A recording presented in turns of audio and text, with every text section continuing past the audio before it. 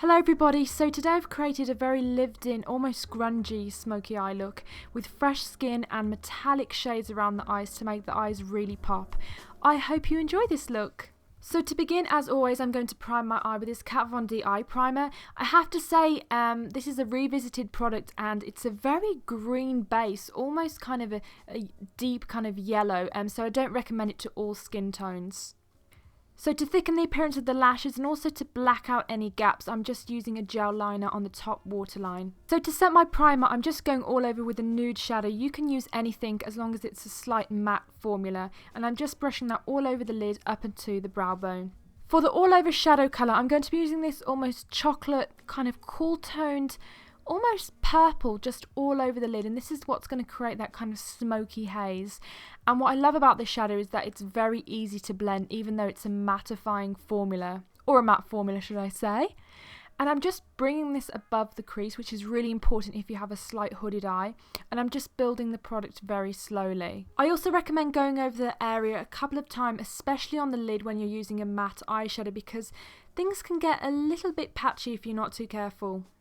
To further perfect the shadow, I'm just going over with a clean brush to round out the edges and to make the blend a little bit softer and more like a very soft haze on the eye.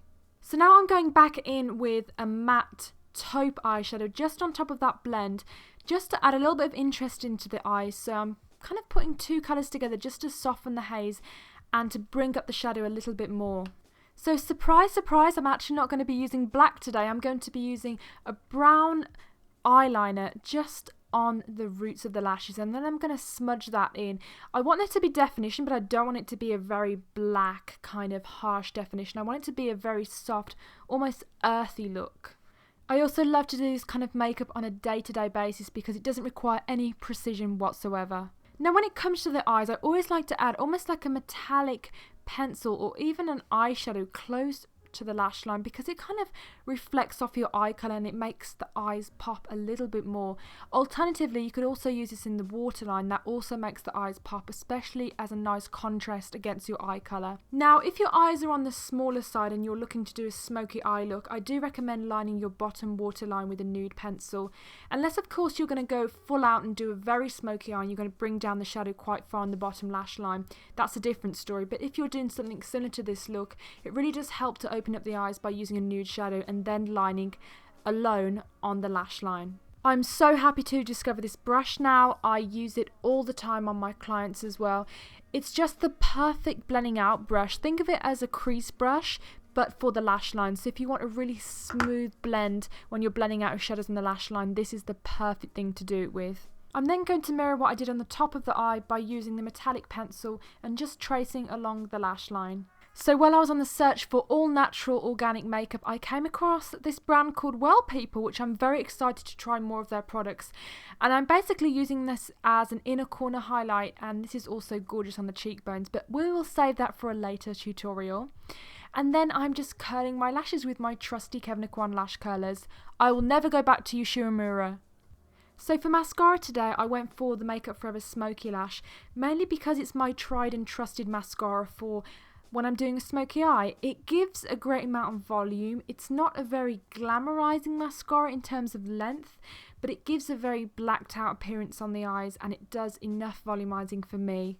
So when it came to summer in New York, the hot humid weather, this product helped me through the summer months because it does not budge and it just is a very unusual and interesting product to work with.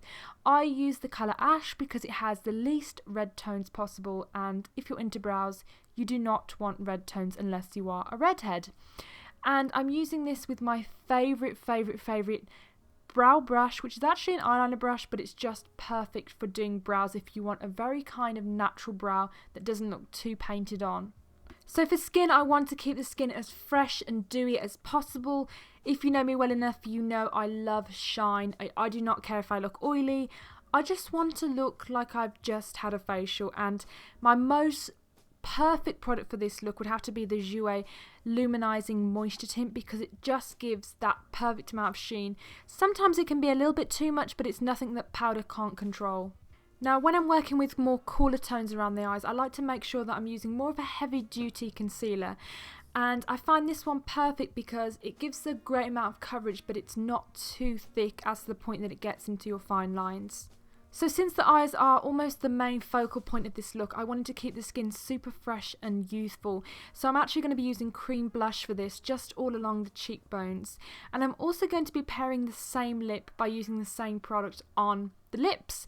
Most cream products that are used on the cheeks can also be used on the lips as well, so it's kind of a double bonus, and it also cuts down your time in half. So I actually decided to layer the lipstick with another cream blush just on top of that to give it a little bit more of a pink hue.